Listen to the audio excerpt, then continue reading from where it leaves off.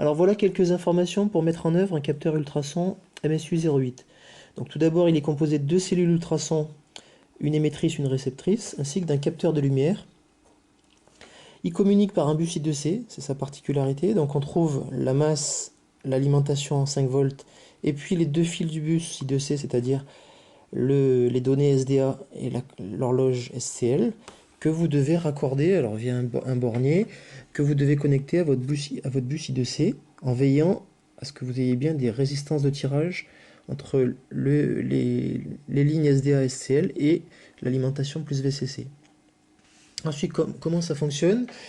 Les cellules ultrasons émettent un signal sous effet piézoélectrique, environ à 40 kHz, et un peu comme un sonar, on va récupérer l'écho de ce signal, et connaissant la vitesse du son dans l'air, on va en déduire la distance, et même ici deux distances. On voit qu'on a mis deux objets, et qu'on a un objet à 33 cm, un autre à 88 cm.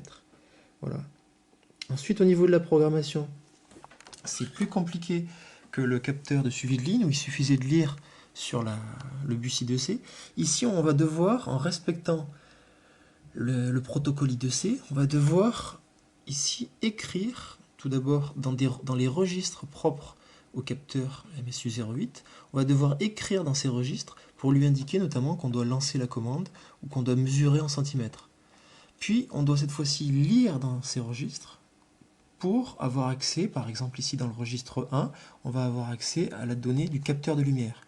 Et puis, si on veut la mesure de la distance, on va lire dans les registres ici 2 et 3, par exemple. Simplement, étant donné que ce sont deux messages sur 8 bits, il va falloir construire ensuite un signal sur 16 bits pour obtenir la distance.